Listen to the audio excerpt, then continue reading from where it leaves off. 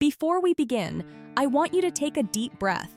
Inhale slowly. Hold it for just a moment. Let it go, drop your shoulders, release the tension in your jaw, and realize that for the next 10 minutes, you do not have to prove anything to anyone, win an argument, or convince a single soul of your worth, but rather just exist here in this quiet, unhurried space. Imagine a scenario you know all too well where you are in a disagreement with someone you care about, or perhaps they have suddenly grown cold, distant, and unresponsive, causing a tight, burning panic in your chest that makes your mind race through 1,000 different scenarios until, to stop the emotional bleeding, you pick up your phone and begin to type a long paragraph, then another, explaining your intentions, why you said what you said, that you didn't mean to hurt them, or why your boundaries are justified, reading it over and hitting send while staring at the screen, hoping your words will act as the perfect key to unlock their empathy. In that moment,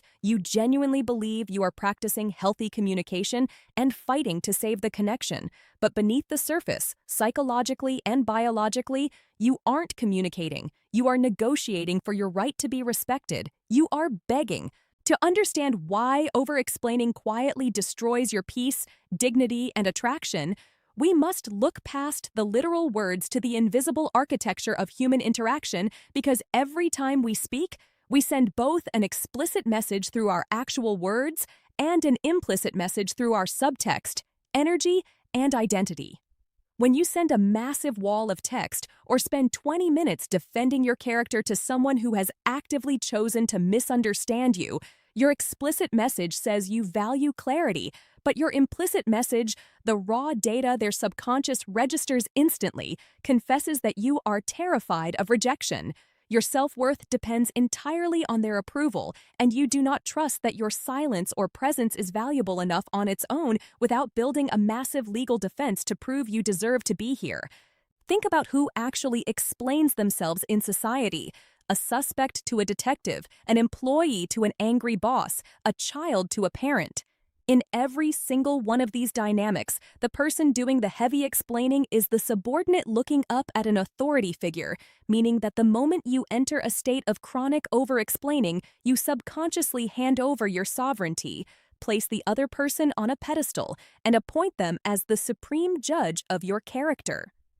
The uncomfortable truth is that human beings cannot respect someone they are looking down on from a pedestal, and by trying to force them to understand you, you destroy the very qualities that make people draw closer to you: your mystery, your unshakable stability, and your self-containment. This desperate, almost violent physical urge to explain ourselves is rooted in a psychological coping mechanism called hyper-vigilance, born from childhood environments where love was conditional and we had to perform, walk on eggshells, or constantly justify our mistakes to keep caretakers stable, hardwiring the belief that we are only safe if everyone understands us, and that if someone is unhappy with us, we are in danger. Therefore, when an adult partner, friend, or colleague pulls away, your nervous system interprets that silence as a literal threat to your survival, meaning your frantic urge to write that text or make that call is not an act of love, but a trauma response of your inner child,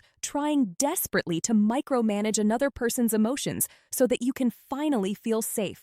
Every time you over-explain, you teach your own brain that its baseline value is up for debate, treating your character like a product that needs a sales pitch, whereas high-value, emotionally secure individuals understand that you cannot explain your value to someone who is committed to misinterpreting you, and that trying to convince someone of your worth is like trying to describe a sunset to someone who has chosen to keep their eyes closed.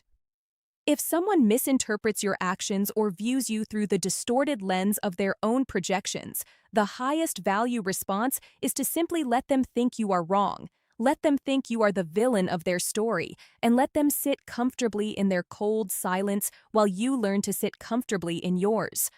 When you withdraw your words, you stop pouring fuel on their fire and stop providing the emotional currency they use to devalue you, leaving them entirely alone in a quiet room with nothing but their own actions, thoughts, and the growing, heavy weight of your absence.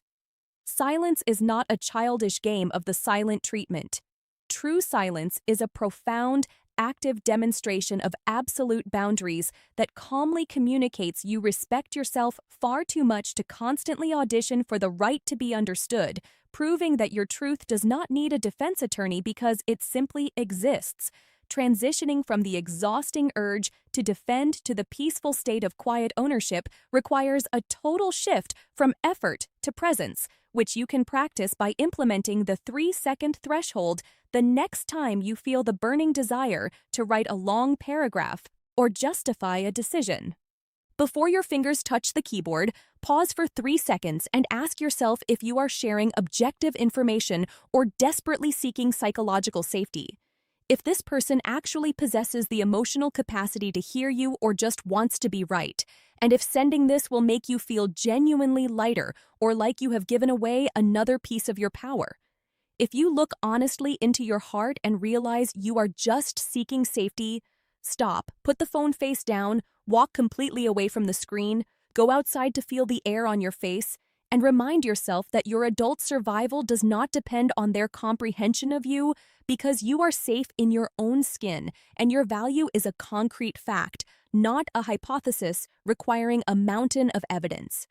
When you master the quiet art of non-explanation, a strange and beautiful shift occurs as your presence develops a physical gravity. People intuitively sense you cannot be easily swayed, provoked, panicked, or manipulated, realizing your words are heavy, rare, and valuable, and that to have access to your thoughts, they must approach you with respect, curiosity, and clarity. You stop chasing resonance, and instead, you become the anchor that attracts it.